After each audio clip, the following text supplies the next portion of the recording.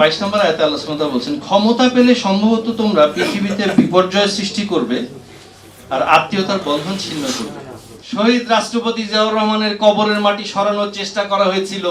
যেই পালের গোদা শেখ হাসিনা খুনি মাফিয়া এই চেষ্টা করেছিল, সেই দেশের মাটিতে কবরের মাটি পাবে কিনা আল্লাহু আলাম, সন্দেহ আছে। আমি একটু আউট অফ দ্য বক্স দুইটা কথা বলেছি।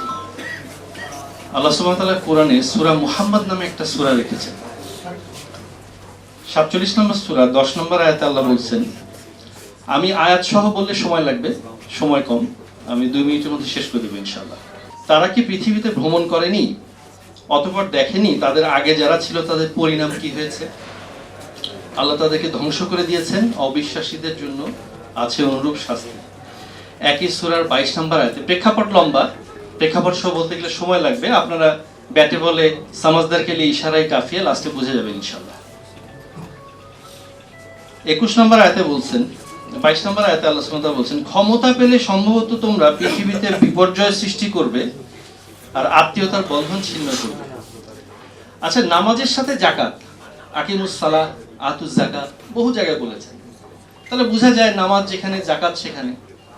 ক্ষমতা পেলে আত্মীয়তার সম্পর্ক ছিন্ন করবে, এই কথাটা কেন আসলো? ক্ষমতায় গেলে ওই যে বলে না, যে যায় লঙ্কায় সেই হয় রাবণ। ক্ষমতায় পেলে যাদেরকে সাথে নিয়েছিলাম, যাদেরকে সহযোদ্ধা নিয়েছিলাম, তাদের যে চেতনা, তাদের যে চিন্তা ভাবনা, এটা সম্ভবত তোমরা আস্তে আস্তে ভুলে যাবে। কিছুটা আমরা দিক নির্দেশনা পাই, এটাকে বলে ইসলামাইজেশন। আপনি কোরআন হাদিসে যা বলেছে তার সাথে আপনি বাস্তব জীবন, এটা তো কালজয়ী, কিয়ামত পর্যন্ত এটা অনর, একটা দাড়ি কমও চেঞ্জ হবে না।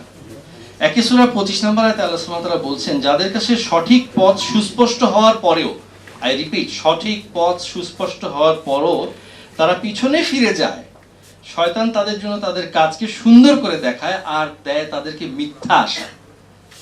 এটা পড়লাম সূরা মুহাম্মদের 3টা আয়াত। কোরআনে সূরা 10 নম্বর সূরা একটা আছে, সূরা ইউনূস। শুরুতেই বলেছি সমাজদারকে লিয়ে ইশারায় কাফিয়ে, শেষে বুঝে যাবে ইনশাআল্লাহ। এই সূরার 12, 13, 14 আয়াতে খুব সংক্ষেপে বলে যাই, মানুষকে যখন দুঃখ ক্লেশ স্পর্শ করে তখন তারা শুয়ে বসে দাঁড়িয়ে আমাকে ডাকতে থাকে, অতঃপর আমি যখন তাদের দুঃখ ক্লেশ দূর করে দেই তখন সে এমন ভাবে চলতে থাকে মনে হয় যেন দুঃখ ক্লেশ স্পর্শ করার কারণে সে আমাকে কখনো ডাকেইনি। ভুলে গেছে যে 36শে জুলাই, 35শে জুলাই কত মানুষ রোজা রেখেছে, কত মানুষ সারা রাত জেগে দাঁড়িয়ে কান্নাকাটি করেছে যে কালকে কি হবে আমার ছেলেটা রাস্তায়। যখন 36শে জুলাই পার হয়ে গেল, আজকে 100 ডেজ পার হয়ে গেছে অলরেডি, রাশিদ ভাই বলে গেছেন, এটা কিন্তু এই যে অবিসংবাদিত এই বাণীর মধ্যে লেখা আছে। মনেই হয় যে তারা আমাকে কখনো ডাকেইনি। এভাবেই যারা সীমা লঙ্ঘন করে তাদের কর্মকাণ্ডগুলোকে আমি চাকচিক্যময় বানিয়ে দেওয়া হয়েছে, মিথ্যা আশা দিচ্ছে, চাকচিক্যময় বানিয়ে দিচ্ছে, মনে হয় আমরা অনেক কিছু করে ফেলবো। মনে রাখতে হবে, এর পরের আয়াতে বলছেন, তোমাদের পূর্বেকার বহু জনগোষ্ঠীকে আমি ধ্বংস করে দিয়েছি যখন তারা বাড়াবাড়িতে লিপ্ত হয়েছিল। এর পরের আয়াতে বলছেন, এটা দিয়ে আমি শেষ করে দিব, অতঃপর তাদের পর, এই জালিমদের পরে তোমাদেরকে পৃথিবীতে তাদের স্থলাভিষিক্ত করেছি এটা দেখার জন্য যে তোমরা কেমন কাজকর্ম করো। 100 ডেজ পরে আপনাদের কিন্তু দেখা হচ্ছে, মনে রাখবেন। আমরা এই পিছনের দিকে যদি একটু যাই, এই জাতি স্পষ্টভাবে দেখেছে কার কবরের মাটি সরানোর জন্য চেষ্টা করা হয়েছিল। সেই বজ্রকণ্ঠের আহ্বানে এই দেশের স্বাধীনতার সূচনা হয়েছিল। শহীদ রাষ্ট্রপতি জিয়াউর রহমানের কবরের মাটি সরানোর চেষ্টা করা হয়েছিল। যেই পালের গোদা শেখ হাসিনা খুনি মাফিয়া এই চেষ্টা করেছিল, সেই দেশের মাটিতে কবরের মাটি পাবে কিনা আল্লাহু আলাম, সন্দেহ আছে। মনে রাখবেন, কাকে ভিটাবাড়ি ছাড়া করার চেষ্টা করে তাকে সমূলে উৎপাটন করার চেষ্টা করেছিল, মানুষের মন থেকে সরাতে পারে নাই। বারবারের আপসহীন দেশ নেত্রী বেগম খালেদা জিয়া তার জীবনকে বাজি রেখে বিদেশ থেকে ফিরে এসে সেই অন্ধকার কুঠুরি জেলখানায় তিনি নিজেকে সেখানে বসিয়েছেন, তারপরেও আপোষ করেননি। তাকে বাড়ি ছাড়া করার চেষ্টা করেছেন, কিন্তু নিজেরা দেশ থেকে, পালের গোদা তার দলবল সহ দেশ থেকে পালিয়েছে, এখনো পালাবার পথ খুঁজছে। 100 ডেজ পার হয়ে গেছে, প্রবাসী সরকার করার ঘোষণা দেয়, এখনো নিজেকে প্রধানমন্ত্রী দাবি করে, একটাবার লাইভে ভিডিওতে আসার সাহস হয় না। হায় রে আমার প্রধানমন্ত্রী। তাহলে পিছনে ফিরে যাওয়ার চেষ্টা করলে মনে রাখবেন, পিছনটা খেয়াল করে দেখতে হবে। মনে রাখবেন কার মেরুদণ্ড ভেঙে দেওয়ার চেষ্টা করা হয়েছিল? আগামী দিনের রাষ্ট্রনায়ক, দেশনায়ক জনাব তারেক রহমান বিদেশ থেকে একটা স্কাইপের মাধ্যমে, ভাবতে পারেন এত বড় একটা সবচাইতে জনপ্রিয় রাজনৈতিক দল, আপসহীন দল, সেটাকে কিভাবে এত ষড়যন্ত্রের মধ্যে ধরে রেখেছেন? আপনি ভাবতে পারেন? এটা ঈমানের দাবি। আপনি যতই আমার কাছে থাকুন, যতই সংগ্রাম করুন, আপনার পদস্খলন হলে আপনার জায়গা নাই, এটাই ঈমানের দাবি।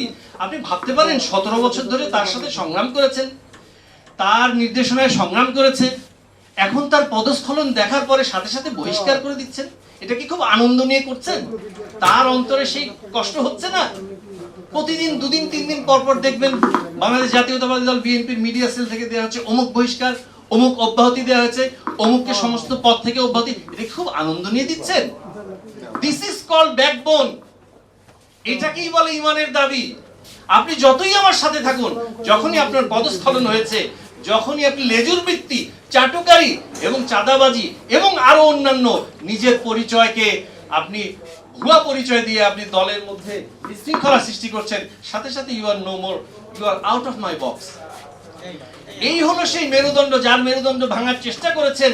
সেই মেরুদণ্ডের উপর আস্থা রেখে, আল্লাহর উপর ভরসা করে কালকেই ভোট দিয়ে দেখেন এই দেশ ও জাতি তার আশায় একটা বুক বেঁধে আছে যে এই জাতি এবং এই দেশকে একটা সমৃদ্ধশীল জাতিতে পরিণত করবেন। এজন্য আবারও বলছি, দেখুন আপনার সাথে আমাদের কোনো বিরোধ নাই। সূরা মুহাম্মদ, সূরা ইউনূস, এই দুটাকে আর যোগ দিয়ে বলতে হবে না।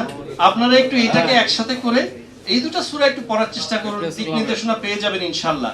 সবশেষে একটা জিনিস বলে যাই, সেটা হলো আপনার সাথে আমার ডিফারেন্স অফ অপিনিয়ন থাকতেই পারে। ডিফারেন্স অফ অপিনিয়ন থাকতে হলে নীতিটা কি সেটা একটু বলে শেষ করে দিই। সূরা আল ইমরানের 64 নম্বর আয়াতে বলছেন, কুল ইয়া আহলাল কিতাব, বলে দাও তুমি নিজেই, হে আহলে কিতাব, তাআলাউ ইলা কালিমাতিন সাওয়াইন বাইনানা ওয়া বাইনাকুম, কাম ইনটু কমন টার্মস। তোমার সাথে আমার সাথে কিছু কমন টার্মস আছে, সেটা নিয়ে আসো, আলাপ করি। আপনার সাথে আমার সাথে যত ডিফারেন্স অফ অপিনিয়নই থাকুক, আপনার সাথে আমার সাথে কমন টার্মস হলো ভোটাধিকার। গত 17 বছর ধরে মানুষ ভোট দিতে পারেনি। আপনি একটা বাচ্চা ছেলেকে জিজ্ঞেস করেন যে ভোটার হয়নি, সেও বলবে সবার মধ্যে একমাত্র কমন টার্মস হলো ভোটাধিকার। এত কিছু বলার পরেও যদি আপনি মুখ ফিরিয়ে নেন, ফাইন তাওয়াল্লাউ ফাকুলু, এবার সকলে মিলে বলো, ইশহাদু বিআন্না মুসলিমুন, জি আমরা আমাদের আত্মসমর্পণ করেছি, আমরা যা বলার বলেছি, so we are free from the consequences. আপনি কিন্তু কনসিকুয়েন্স ফেস করতে হবে। সবশেষে একটু বলে যাই, আপনার যে অর্জন আছে, নন গভর্নমেন্ট থেকে গভর্নমেন্ট অ্যাটিটিউডে ফিরে আসুন। জাতির অভিভাবক হিসাবে গভর্নমেন্ট, এই পিপলস রিপাবলিক অফ বাংলাদেশ গণপ্রজাতন্ত্রী সরকার, এই অ্যাটিটিউডে ফিরে আসুন, মানুষের ভোটাধিকার ফিরিয়ে দেওয়ার দিকে যান, এবং এই 90% মুসলমানের দেশে, এই 16-17 কোটি ইমানদারের দেশে, এই মুসলিমের আঘাতে, মুসলিমের অন্তরে আঘাত লাগে এই ধরনের লোকজনকে আপনারা আপনাদের সাথে একত্র করবেন না।